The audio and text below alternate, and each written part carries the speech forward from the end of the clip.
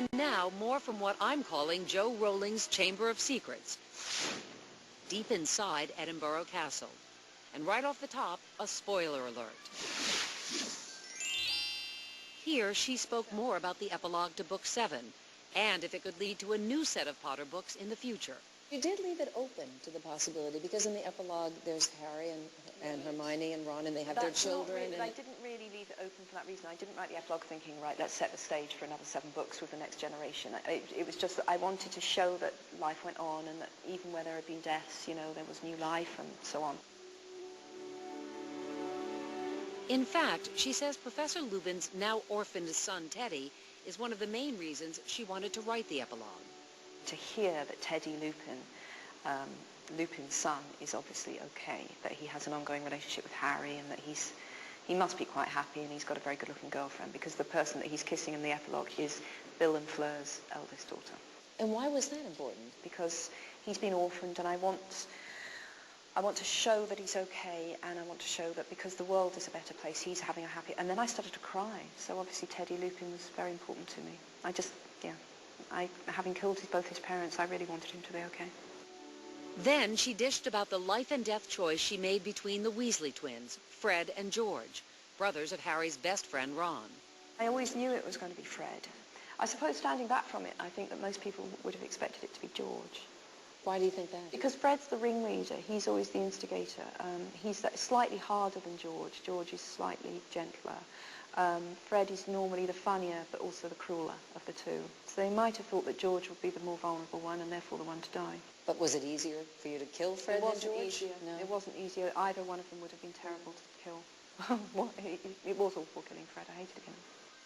But the toughest time for her came during the writing of another chapter. I really, really, really cried after writing chapter 34, which is where Harry walks back into the forest for what he thinks will be the last time.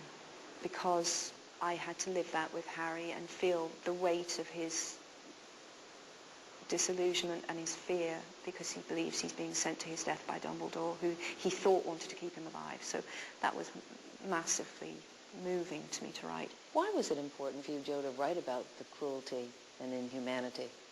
I'm not sure why, but it was what I wanted to write about most. And it's about choice, and you are shown that Voldemort, I suppose we're going to call him a psychopath, but he's so, in many ways, he is what he is, and he is beyond redemption. Although this being Harry Potter, and because I can take liberties because I have magic in my world, it is shown at the very end of the book that he did have a chance for redemption, because he'd taken into his body this drop of hope or love. Harry's blood. Right. Yeah. So that meant that if he could have mustered the courage to repent, he would have been okay. But of course he wouldn't have done. That's his choice. But the people around him, that's what's more interesting in a way. The people who are drawn to evil for protection, for power, sadism, but people who do have a choice, who did make a choice, like the Malfoys of this world. And I think that's always worth examining, why people choose to make those decisions. But one point she wanted to make had nothing to do with Book 7. It was about her gratitude to the readers who've stuck with her and Harry for 10 years now. It's got to be humbling in some ways, too. Yeah, totally. Yeah. It really is. And funnily enough, just before 7 came out, I met 2 or 3 fans, all of whom said the same thing to me. I read the first one when I was 10, I read the first one when I was 11, and I'm now looking at 20-year-old men and women. What do you say to those fans? Because there are many who... I'd say you can't imagine what that means to me, and they can't. Did you feel in writing the 7th book, or actually any one of them, but particularly the 7th, a sense of responsibility to those You know, it always... Well, yes, I definitely felt a sense of responsibility in that I wanted to make it the very, very, very best book I could, because they were waiting for it and there was so much expectation. I am often asked, well, don't you feel guilty killing people, characters that kids love? And it sounds horrible and heartless to say no. But the truth is that when you're writing, you have to think only of what you're writing. You must not sit there and think, well, I was going to kill Hagrid, but, you know, people love him. And now that Harry Potter's story has been told, Jo Rowling gets a chance to work on her personal story. What's next for you? I'm going to take a break, definitely. And I'm just going to savor for a while the feeling that I don't have a deadline. Do you want to write another book? Oh God, yes, of course. Of course. I'm not saying I won't be writing. I'm just saying I'm going to be enjoying writing without having to publish for a while. And that's a privilege, you know, and I know that I'm the luckiest woman in the world. And she saved one last inside tidbit to the end, which means it's also time for one last spoiler alert.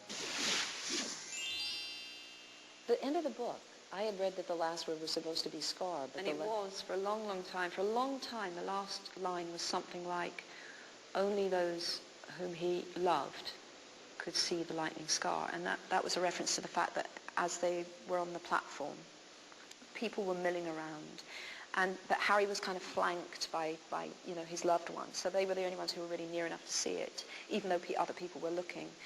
And it also had a kind of ambiguity. So it was, is the scar still really there?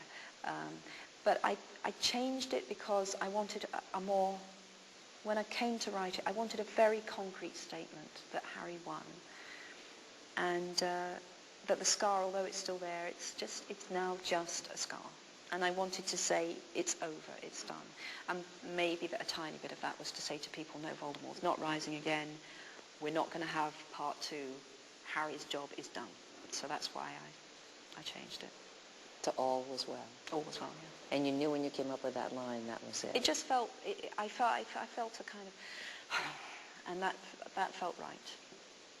Yeah. I really wanted Harry to have some peace now. It's been 17 years and 7 books. What do you hope that people take away from this?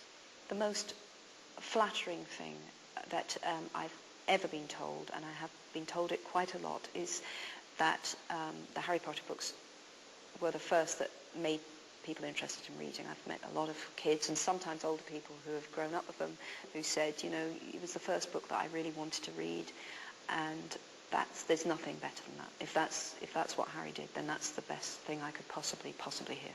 Then, as you would put it, all is well. Exactly. To get an even bigger dose of all things Potter, visit our website. The address is dateline.msnbc.com. That's it from Edinburgh. Now back to New York. Anne?